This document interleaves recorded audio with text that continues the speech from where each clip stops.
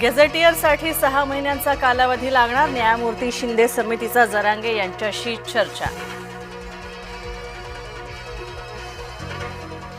मराठा समाजाला कुणबी घोषित केल्याशिवाय मागे हटणार नाही, मराठवाड्यातील 1,13,000 कुणबी कुठे गेले, मनोज जरांगेंचा शिंदे समितीला सवाल।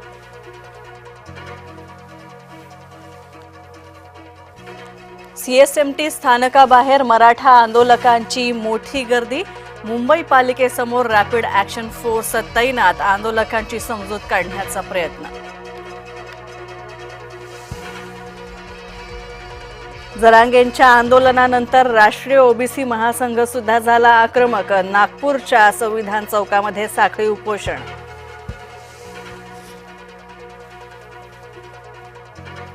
ओबीसी आरक्षणाला धक्का न लावण्याची मागणी, मराठा उपसमितीची बैठक, जरांगेंच्या मागणीबाबत चर्चा, उपोषणाबाबत काय निर्णय घेणार याकडे लक्ष।